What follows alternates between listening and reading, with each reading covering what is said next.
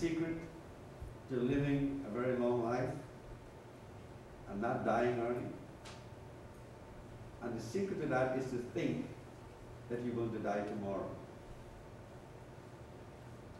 If you think that you're going to die tomorrow, you will make sure you do all the good things that you want to do today. You will watch what you eat. You will watch what you say, which is mantra. You will watch what you do, which is karma. Right? So if you think that you're going to die tomorrow, that means you're going to be thanking today for being alive. Eat, love, and pray. Okay? So you should see the movie. I saw the movie, a very nice movie. And it teaches a lot of the things I teach. But the thing that is that you will not know God unless you know yourself. That's what the movie teaches you. And that when you find happiness with yourself, you have found God. So many people say, see you tomorrow. They don't think they're going to die. Right? That's why we say the word namaskar. Right? Like I said last time, I can't find the meaning of hello. I can't find no meaning of the word hello. So we say hello, what are we saying? We're not saying anything. But when we say namaskar, that means I see the God in you. I see the divine in you. Right? And a lot of readings are there in Japanese about you, and in Russian they call you a very special person also. But hello, I don't know what it is. That's the only word that I can't find no meaning for. Is that the same thing as namaste? Namaste and namaskar means I see the God in you. So it's just pronounced as what Yeah. you're saying. Yeah. Namaste is the same thing. That means I see the divine in you. Yeah. I thought, Which is true. If you see the God in the other person, then you will treat that person differently. So the first word which replaces hello is namaste. Should be always be said. I see the God in you. In fact, on the internet, there's a preacher in Carolina, North Carolina somewhere, that adopted it in his temple, in his church, in his congregation.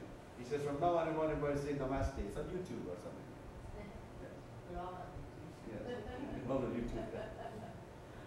No, I wanted to know, is there such a thing as removing karma by meditating? They say that if you meditate, you kind of enlighten your, supposed to lighten your spirit. Is it? That's what they're saying. Well, mantra must accompany that. For example, if you hate somebody, and you never say anything, they'll never know. So you guys will always be friends. But the minute you say, I hate you, and you curse that person, the feelings change completely. The reality changes. It's because whatever you say is what creates reality. So mantra, whatever you say, is if you curse, is a mantra, but it creates a negative reality. So whatever you say in your meditation, in your mantra, that's what's important. So that's why if someone is angry at you, right, and you know that already, you tried it before, the mantra will help, because the mantra is offsetting whatever the words were that created that in the first place. So it's like action and reaction, Newton's law. So the mantra will always work against the negative. I'm always afraid of mispronouncing it, saying something that I shouldn't be saying. Well, there are some words that That's can be the only different. thing. For example, one guy went to the gods and he asked that he must have a lot of power over the world. But it happens that the word that he said was very close to the other word, which makes you sleep for 6 months. That's what I'm saying. So he ended up saying the word sleep for 6 months, and he ends up sleeping 6 months and eating 6 months. So you have to say your mantra properly. Yeah. No, it's the same thing if I said to you, I love you, you know, I would say it in a derogative way, Right. as if it's a mockery, or I could say it in a very loving way. So how you say it is very important also, and how you might put devotion in your mantra. Saying the right words is very important. Right. But mantras are not words; they are sounds. Oh, They are not words like English words.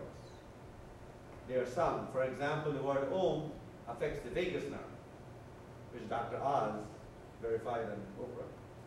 But the Om mantra affects the vagus nerve, which is what causes us to have less stress. When the vagus nerve is affected, the stress is out. Right? And when you stress out, then you speak, you curse. Right? So that increases the negativity of the whole thing. Whereas if you say the word Om, it's before every mantra. If you notice, I say Om before every mantra because it stops the stress and brings the Om is also the sound of birth. When you put your ear on the pregnant woman's stomach, you will hear the word Om, Om, Om, which is Om, the sound of birth and so on. So all that's very important. So today what I want you to learn in this lesson is that I want you to think that you're going to die tomorrow, so that you can think of today as a miracle day. So whatever you do today, you will do it correctly. Right? So that every day now becomes a miracle day. But we do die, technically every night. Because we ever know what death is? Death is sleep. When you get an accident and you get hit, what do you think happens? You go to sleep. It feels like sleep. Death is an experience like sleep. So that's why every day is a new day for us.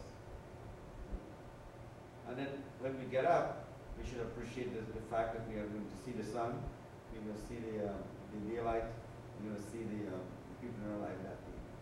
Right? And if we do that, then it actually will catch on to other people too, and they will do the same. And conquering death means conquering life.